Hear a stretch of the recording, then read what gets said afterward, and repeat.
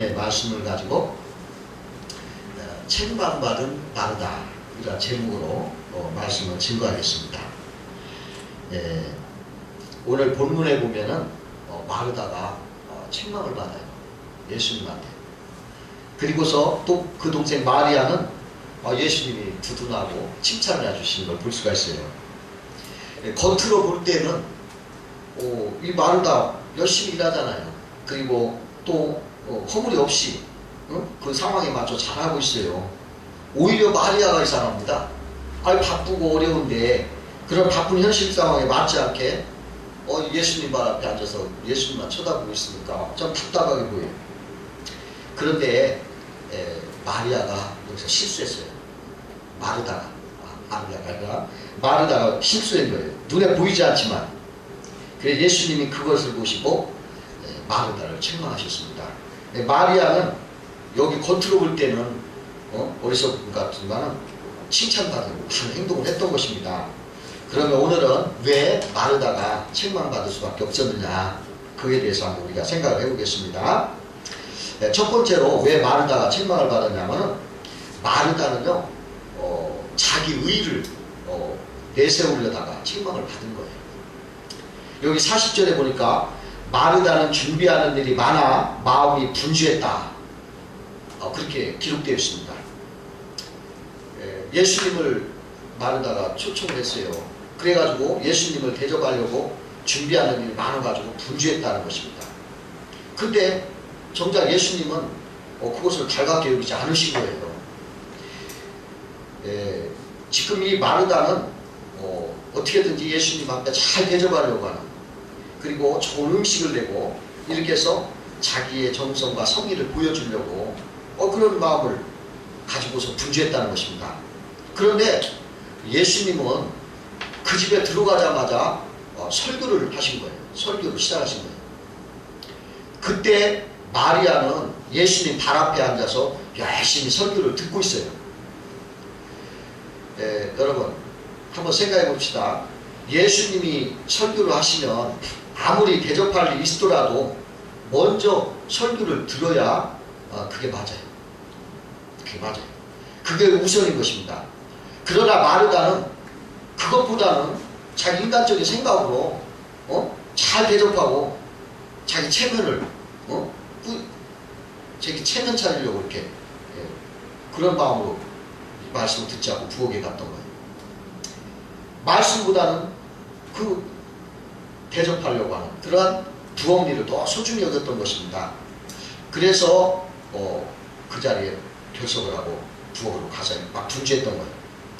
그 행동이 예수님이 볼 때 진정한 신앙의 태도가 아니라는 거예요. 예수님을 대접하는 태도가 안 되는 것입니다.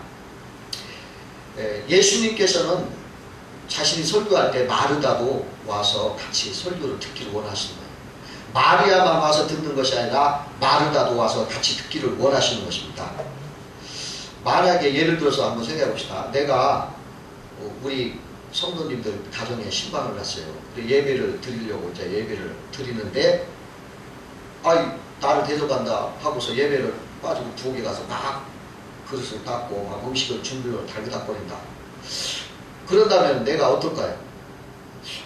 지금은 예배 시간에 예배를 좀 드렸으면 좋겠다 하는 마음이 들었을 거예요. 그게 맞습니다. 그래서 이 마르다는 여기에서 우선순위가 잘못됐다는 거예요. 그래서 책망한 거예요.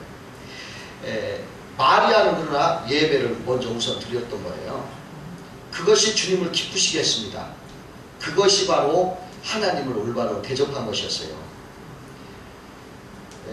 그리고 나서 예배를 드리고 나서 이제 다 같이 형편에 따라서 이제 음식은 그 형편대로 이렇게 해결하면 되는 거예요. 먼저 중요한 것이 있으면 그것부터 하고 나머지 것을 이렇게 해결하면 되는 거예요. 오늘날도 그래요. 세상 사람들이 아주 세상 양식을 풍족하게 준비하려고 애를 써요. 먹고 살려고.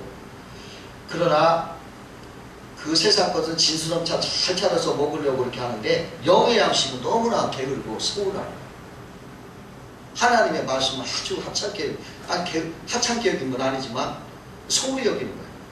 왜? 직접적인 나에게 뭐 관계 없는 줄 아는 거예요. 근데 주님은 그것을 안타깝게 여기신 것입니다.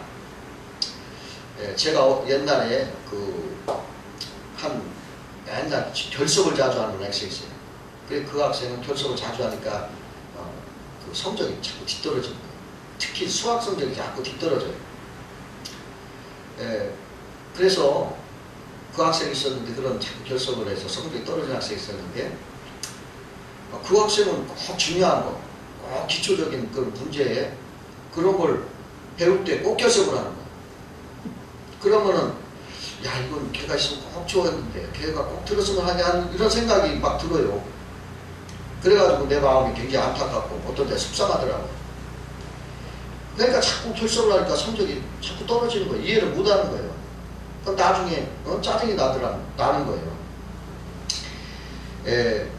지금 예수님께서 마르다와 마리아 가정을 그들을 사랑해서 찾아오신 거예요. 그러면은 우리 예수님이 그 마르다와 마리아에게 정말 영적으로 꼭 필요한 말씀을 꼭 유기한 말씀을 하고 싶었을 거예요. 그래가지고 오시자마자 먼저 말씀을 이렇게 설교하신 거예요. 꼭 이 말씀을 들리고 싶어서. 다 유기한 말씀이기 때문에. 그런데 마리아는 열심히 듣는데 마르다는 그 자리를 비우고 부엌에 나가서 그릇만 다그닥거리는 거예요. 이게 서운한 거 아닙니까? 꼭 필요한 말씀인데 우리가 먼저 중요한 것이 있습니다. 그 중요한 것 소홀히 하고 그 하찮은 거, 부차적인 거 이렇게 해서 그 방해하면 안 되는 거예요. 마르다는 세상적인 자기 체면을 중요시했지 영적인 중요한 자리를 소홀히 했다는 것이에요. 예수님은 그거에 대해서 책망을 했던 것입니다. 두 번째로 이 마르다가 책망을 받은 것은 이 마르다는 마리아를 그 은혜 받는 자리에서 빼앗으려고 했기 때문에 책망을 했어요. 마리아는 아주 열심히 있는 신앙인이었습니다. 그의 관심은 온통 주님의 은혜, 말씀에 있었어요. 그래서 예수님 발 앞에 앉아가지고 갈급한 심령으로 예수님의 말씀을 막 기울이고 그 말씀마다 막 꿀송이를 받아먹듯이 아멘 아멘 하면서 막 은혜를 충만히 받고 있어요. 마리아는. 그래 막 마리아가 성령의 충만함을 받으니까 그냥 그 말씀 속에서 그냥 은혜를 받다 보니까 그 언니가 부엌에서 막 이렇게 바쁘게 일하는 것을 잊어버렸어요. 그때 마리다가 동생을 불러내서 같이 일하게 해달라고 예수님한테 청하는 걸 볼 수가 있어요. 지금 바쁘니까 그런 거 그만두고 빨리 나와서 나 좀 도와달라고, 이렇게 부엌 일을 도와달라고 그렇게 하는 거예요. 그때 예수님은 마르다에게 마리아는 좋은 편을 택했으니 빼앗기지 아니하리라 그렇게 하시고 마리아를 두둔하시고 마르다의 부탁을 거절하셨던 것입니다. 여러분, 사단은요 늘 은혜 받는 성도들을 청구해서 믿음을 잃게 만드는 거예요. 그러나 예수님은 빼앗기지 않는 것입니다. 대부분의 사람들이 그래요. 중요한 일보다는 급한 일, 그거에 더 신경을 씁니다. 중요한 일보다는 급한 일에 더 신경을 써가지고 그 급한 일을 따라다가 보면은 결국 중요한 일을 놓친다는 거예요. 그 예수님은 바로 그 점을 중요시 여긴 것입니다. 세상 일은요 언제나 분주해요. 급해요. 세상 일은 코앞에 있어요. 그래서 거기에 끌려가기가 쉽단 말이죠. 그러나 우리는 여유를 가지고 그러한 것보다 중요한 일, 거기에 투자를 해야 승리할 수 있다는 것입니다. 여러분, 급한 일보다 중요한 일이 더 중요하다는 거예요.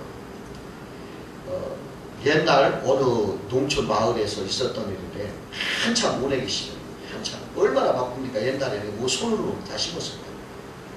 그런데 주일이 됐어요.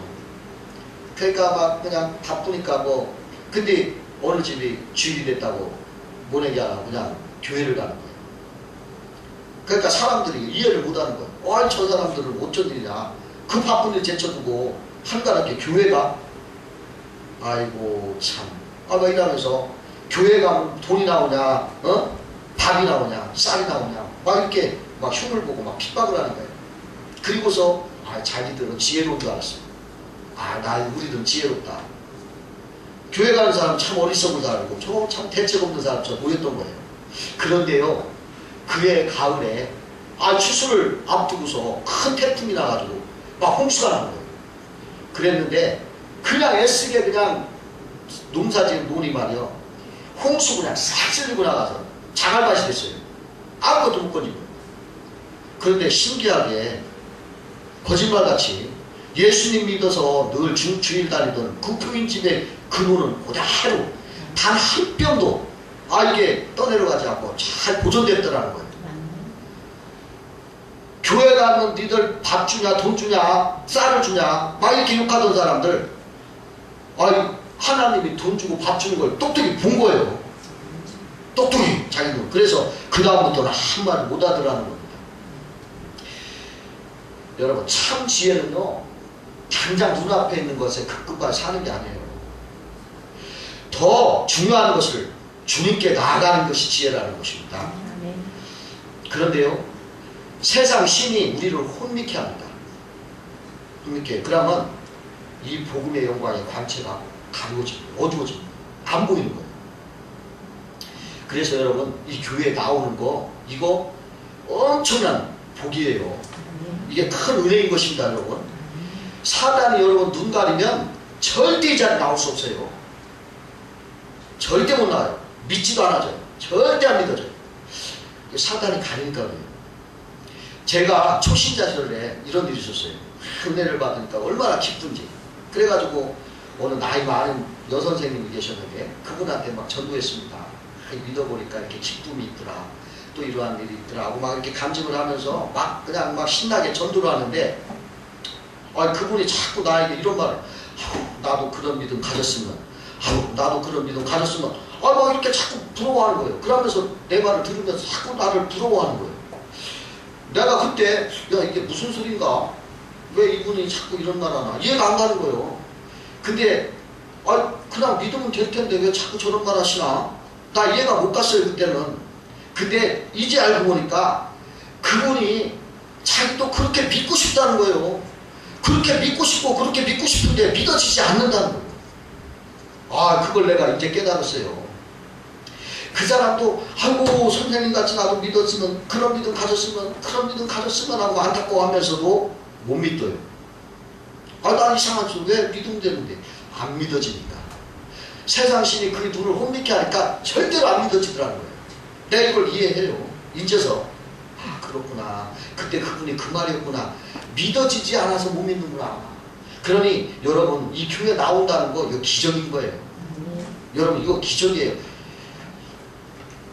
그냥 믿는다고 믿어지는 게 아니에요. 믿고 싶어도 믿어지지 않아서 못 믿는 거예요. 그래서 여러분, 그래서 우리는 자꾸 들어야 돼요. 자꾸 듣고 자꾸 믿도록 인도해 주신 하나님을 찬양해야 돼요. 여러분, 목사도 별 수 없어요. 멀어지면 어두워지는 거예요. 여러분들 더 할 겁니다. 그러니까 자꾸 주님 믿어야 돼요. 이번에 그 신문에 나죠. 통진당 이석기 의원이라고. 이 사람이 내란 혐의로 지금 수사를 하니까 온 나라가 떠들썩해요. 여러분, 잘 생각해보세요. 그 사람이 이렇게 좋은 대한민국 자유와 번영을 그렇게 누리면서 국회의원까지 하는 사람이에요.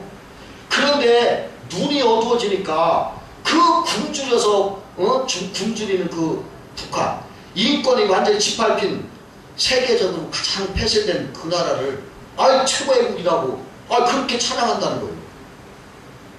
여러분, 이게 사탄이 얼마나 강한지 여러분들 알아야 돼요.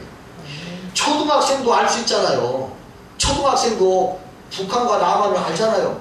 초등학생도. 근데 한 나라의 국회의원 된 사람이 그걸 몰라요. 대한민국이 전부 반역이고 거기가 전부 해국이라는 이런 생각을 한다는 것이 여러분들 이게 상식적으로 이해 가요? 근데 내가 이해갑니다. 사탄이 그렇게 강한 거예요. 사탄이 씌우면은 이렇게 초등학교가 보는 것도 국회의원은 대학교 나온 사람도 모른다는 거예요. 아, 그거 대단한 거죠. 사탄의 힘이 그렇게 강한 거예요. 사탄이 우리 눈을 가리면 우리는 절대 우리 믿을 수 없어요. 믿어지지 않아요. 그렇게 강한 거예요. 사탄이 우리를 가리면 우리 소경되는 거예요. 그래서 여러분 거기에서 이제 내가 준비해야 돼요. 사탄이 내가 눈을 가서 내가 소경이 되었다고 태양이 없다고 얘기하면 안 돼요. 내 눈에 안 보인다고 태양이 없어졌다, 태양이 없다고 얘기하는 사람 어리석은 사람이에요. 내가 소경이 되었지 태양이 없어진 건 아니에요. 내가 못 믿겠다고 하나님이 없다 그러지 마세요. 내가 못 믿어서 그렇지 하나님은 계시다. 하나님은 지금도 우리에게 생명과 호흡과 만물을 친히 주시는 분이다. 이렇게 여러분 입술로 고백하셔야 주님이 뺏기지 않는다는 거예요. 내가 안 보인다고 태양이 없다고 하지 말고, 내가 못 믿다고 하나님 없다고 하지 마시고, 내가 못 믿어서 그렇지 하나님은 살아계시네. 이렇게 말씀하시면서 믿음을 유지하시기를 바랍니다. 세 번째로 마르다는 많은 일로 염려하고 근심함으로써 책망을 받았습니다. 41절에 보니까 마르다야 마르다야 내가 많은 일로 염려하고 근심하나 혹 한 가지만이라도 족하다. 이렇게 말씀을 하셨어요. 어떤 바둑 두는 사람이 바둑을 두다가 어이 바쁘면 진다더니 하면서 여기저기 틀어봤더니 나중에는 지더라고요. 내가 그걸 봤어요. 우리나라 속담에 이렇게 말해요. 2마리 토끼를 잡으면 다 놓친다. 1마리만 잡아야 한다. 이런 말이 있어요. 여기 마르다는 너무 바쁘더니 그냥 막 무왕주왕 분주해서 근심 걱정 쌓였다는 거예요. 욕심내다가 그랬다는 거예요. 한마디로 욕심내다가. 단 한 가지만 해도 족합니다. 이게 예수님의 답이에요.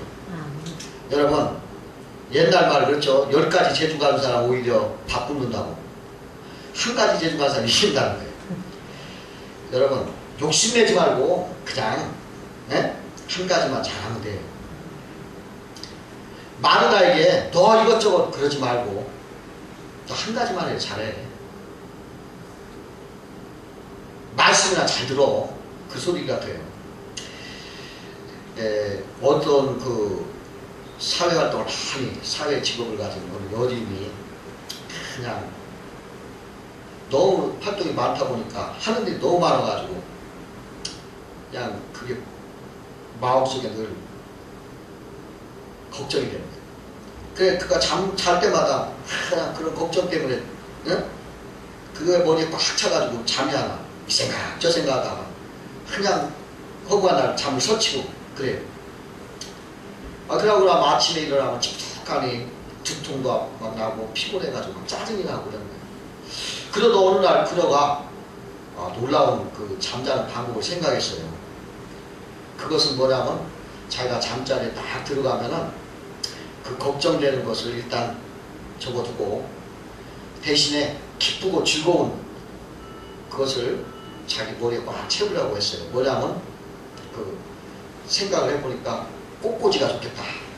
그래가지고 자기가 좋아하는 장미꽃 스무송이를 내가 아름다운 꽃병에다 꽂는 거 그것을 내가 생각하면서 자겠다. 그러고서 날마다 이제 그냥 아름다운 장미꽃 향기나는 장미꽃을 20송이를 잘해서 잘 다듬어서 그 생각 속에 꽃병에다가 이렇게 해서 이렇게 꽂고 저렇게 꽂고 이렇게 꽂고 하다 보니까 스무송이 꽂지도 못하고 그냥 잠에 깊은 잠에 자더라는 거예요. 여러분 세상 걱정으로 마음이 가득 채우면 근심 걱정뿐이 없어요.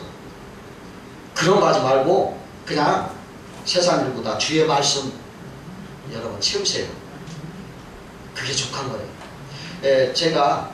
저도 잠이 어떻게 하다가 잠이 안 와가지고 잠을 못 잤었어요. 그런데 하나님의 말씀들 그 좋은 말씀 많잖아요. 그 말씀들을 내가 암송했어요. 그 말씀은 항상 그 말씀 그리고 이 십자가 은혜 예? 이것을 다 자면서 그걸 생각했더니 잠이 그냥 깊이 오는 거예요. 그냥 깊이 자는 거예요. 그러니까 잘 때마다 나는 말씀 생각, 하나님의 말씀, 그 진리의 말씀,